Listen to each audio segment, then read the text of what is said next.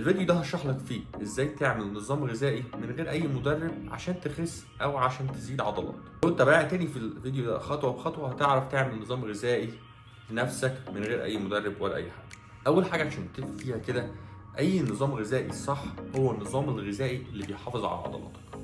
هقول لك ليه احنا عايزين نحافظ على العضلات بتاعتنا. العضلات دي مهمه جدا. العضلات دي هي زي موتور جسمك، هي اللي بتحرق السعرات الحراريه، هي اللي بتخليك تتحرك، اللي بتخليك قوي، هي اللي بتساعدك في اعمالك اليوميه كلها.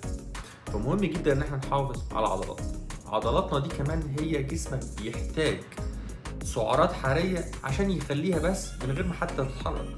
يعني انت من غير ما تتحرك كده جسمك عشان يحافظ على عضلاته محتاج يحرق سعرات حراريه. فتخيل هتعرف تاكل اكتر لو عندك عضلات اكبر. مش معنى كده انت هتبقى بادي بيلدر بقى ويوعى وشك وكميه عضلات كبيره، لا، بس هتحتاج كميه عضلات كويسه في جسمك عشان تحافظ على حياه صحيه وميتابوليك ريت صحي تقدر تحافظ بيه على جسمك. وده هياخدنا على اول خطوه، ازاي تظبط عضلاتك. ومهم جدا ان انت طبعا تشيل حديد، بس احنا بنتكلم عن الاكل دلوقتي. من ناحيه الاكل عشان تحافظ على عضلاتك وتبني عضلات بتحتاج بروتين. البروتين ده اساسي وهيبقى في اي نظام غذائي بالنسبه لك. لو كنت هتضخم او هتخسس هتاكل نفس كميه البروتين بتاعتك. هنحسب البروتين ازاي؟ افترضنا ان انت كده وزنك 100 كيلو، هتضرب ال 100 كيلو دول في 2 هيطلع لك 200 جرام. محتاج 200 جرام بروتين في اليوم. ده بحسب ايه، مش فارقه تاكل البروتين ده امتى، بس انا بالنسبه لي بحس ان احسن ان انا اقسم كميه البروتين خلال اليوم. يعني كل 50 جرام في الوجبه. لو انت بتاكل 200 جرام هتاكل لك 4 وجبات فيهم 50 جرام بروتين. سهل قوي. هنخش بقى دلوقتي على الباقي، الكربوهيدرات والفات، وده هتحتاجه على حسب كمية السعرات اللي محتاجها علشان تخس أو تزيد. لو عايزين نخس هناكل كمية سعرات حرارية أقل من اللي بنحرقها، لو عايزين نزيد هناكل سعرات حرارية أكتر من اللي بنحرقها. الفكرة هنا بقى مش محتاج كمية كربوهيدرات معينة أو فاتس معينة، المهم إن أنت توصل للسعرات الحرارية اللي جسمك محتاجها عشان يحرق الدهون. هنا هنبدأ الحسبة وهقول لك هتحسبها ازاي. هتاكل 200 جرام بروتين، ال 200 جرام بروتين دول هتضربهم في 4 هيبقوا 800 سعر حراري، يبقى أنت بتاكل 800 سعر حراري من البروتين فقط. دلوقتي عشان تخس، لو افترضنا ان انت 100 كيلو وعايز تخس، هتضرب ال 100 كيلو دول في 25 هيطلع لك 2500 سعر حراري. عشان اوضح لك كده، كل واحد جسمه بيختلف طبعا. يعني انا بالنسبه لي انا بقى محتاج 3000 سعر حراري عشان اخس.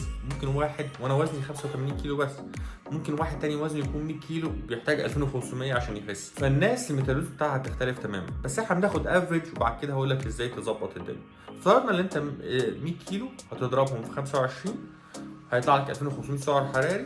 هتشيل منهم ال 800 سعر حراري بتوع البروتين، هيتبقى لك نسبة بروتين متهيألي 1700 سعر حراري. المهم هتستخدم 1700 دول للكربوهيدرات والفات. أنا بالنسبة لي بحب كربوهيدرات أكتر، لأن أنت عضلاتك بتستخدم معظم الطاقة اللي بتستخدمها من الكربوهيدرات اللي بيتخزن فيها الجلايكوجين اللي هو الكربوهيدرات بعد ما بتاكله في العضلات، فبتستخدمه في الجيم. فأنا بالنسبة لي بحب آكل كربوهيدرات أكتر.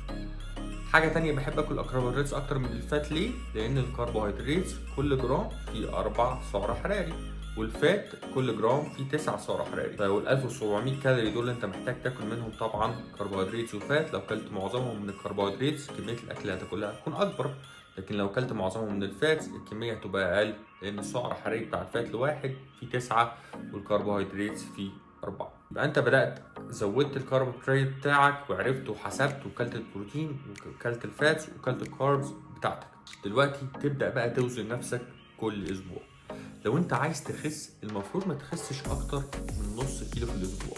لو خسيت اكتر من كده احتمال كبير جدا تكون بتخس عضلات. فاحسن حاجه انت تخس نص كيلو في الاسبوع. فتوزن نفسك، لو لقيت نفسك بتخس نص كيلو في الاسبوع يبقى انت ماشي على سعر حراري كويس جدا. لو بتخس اكتر بكتير ممكن تزود 100 سعر حراري او 200 سعر حراري حسب بتخسس قد ايه، علشان ما تخسش جامد جدا، عشان مش عايزين نخس عضلات. خلي بالك العضلات دي هي اللي هتساعدك في الاخر وفي الاول ان انت تخسر الدهون بتاعتك وتعيش حياه صحيه. فتبدا ايه بقى، كل اسبوع توزن نفسك لغايه ما تبدا تخس نص كيلو في الاسبوع بس. طب لو عايز تزيد عضلات، المفروض لو عايز تزيد عضلات لو انت مبتدئ ممكن تزيد بكميه كبيره قوي في الاول، فصعب ان انت تحددها. بس لو انت مش مبتدئ او انت ادفانس شويه او بتتمرن بقالك مده، سهل جدا او من الصعب جدا ان انت تزيد عضلات جامد جدا. فلو لقيت نفسك بتزيد نص كيلو في الاسبوع مستحيل يكون عضلات. لو انت مش مبتدئ، لو انت بقالك مده بتشيل حديد، صعب جدا ان انت تزيد نص كيلو في الاسبوع. ممكن اخرك قوي مثلا تزيد نص كيلو في الشهر.